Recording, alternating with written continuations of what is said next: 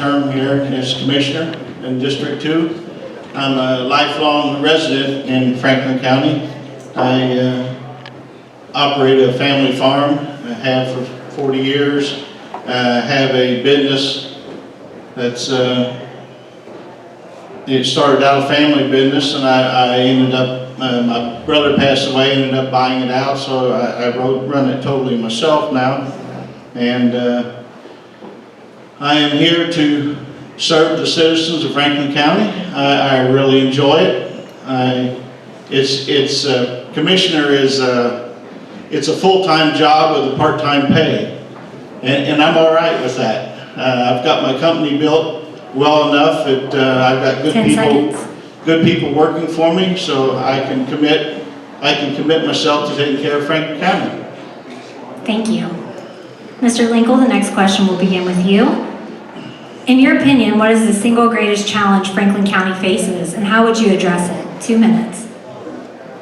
No doubt, it's probably the highway system, no doubt.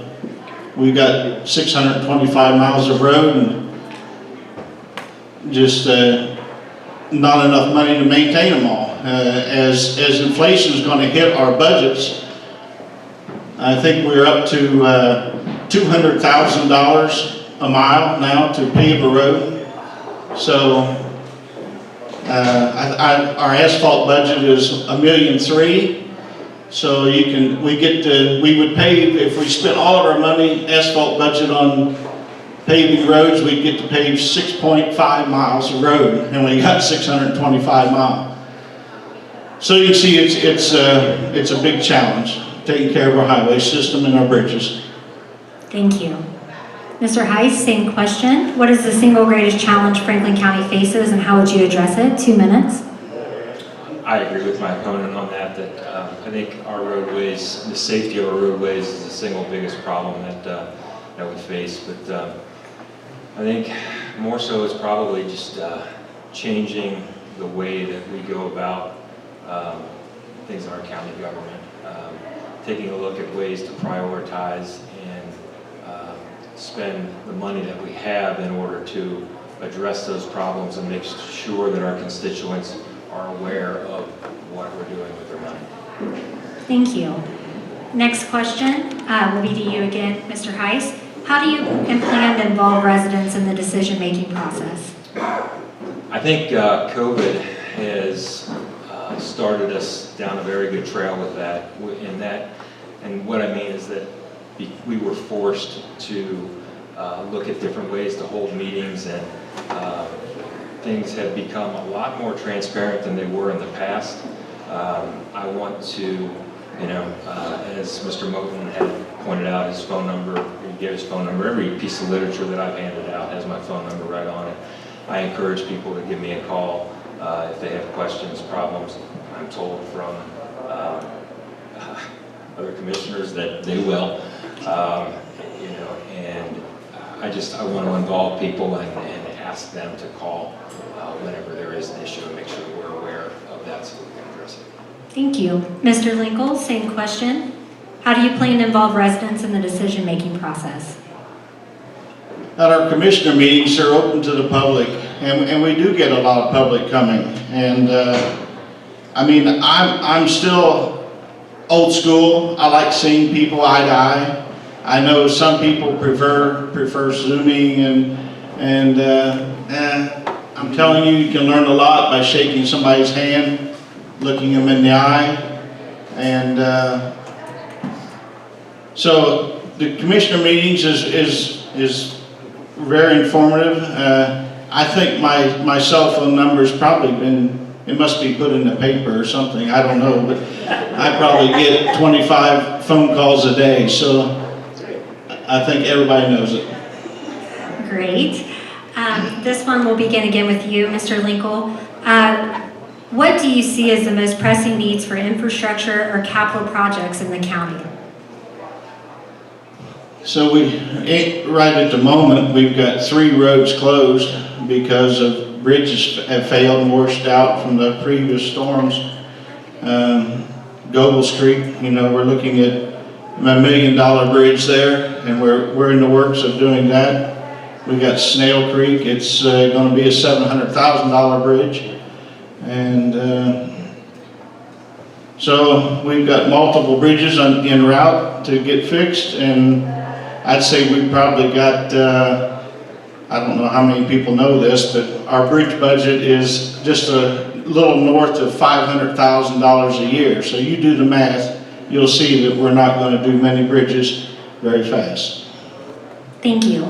Mr. Heis, same question. What do you see as the most pressing needs for infrastructure or capital projects in the county? I agree with those, the low water crossings and bridges that we have, especially Pipe Creek, Snail Creek, probably Yellowbank are three that come to mind.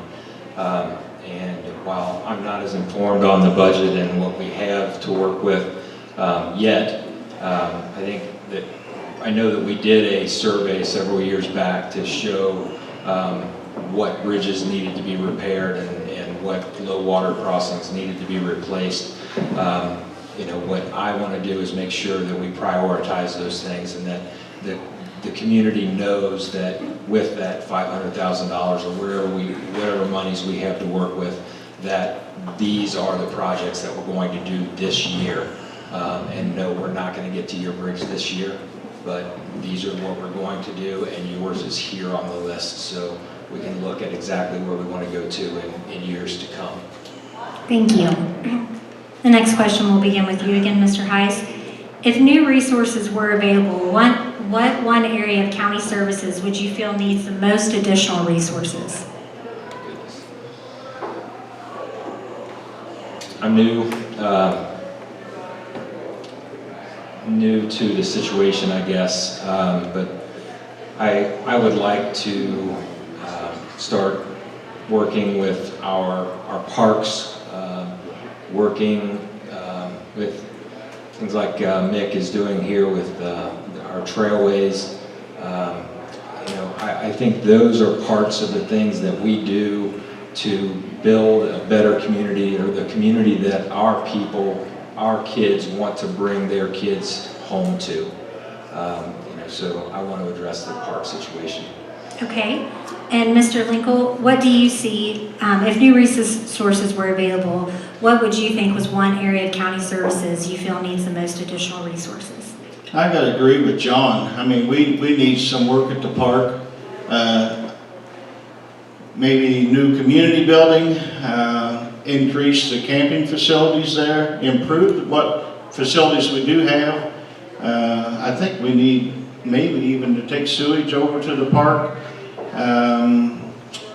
So yes, the county park would be a good one. And the final question, Mr. Lincoln, will be back to you. 60 seconds, anything that else you would like to share with constituents? I would just like to say I've enjoyed my past 12 years serving Franklin County, and I enjoy it. I enjoy the people of Franklin County. I'm always open for a phone call. If somebody needs something, I'll try to help them out, and I'll be there for you. Thank you. That concludes this for the county commissioners. You guys can have a seat. Oh, I just keep leaving people out tonight. I'm so sorry, John.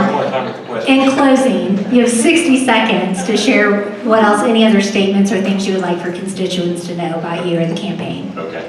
Just that I am a lifelong volunteer in Franklin County, whether it's been, you know, it's serving as a past president of our youth baseball program, our youth football program. I was a past president of the Chamber of Commerce. You know, being a commissioner, as Tom pointed out, is a full-time job with a part-time salary. It's a service position. It's what I've been doing my whole life.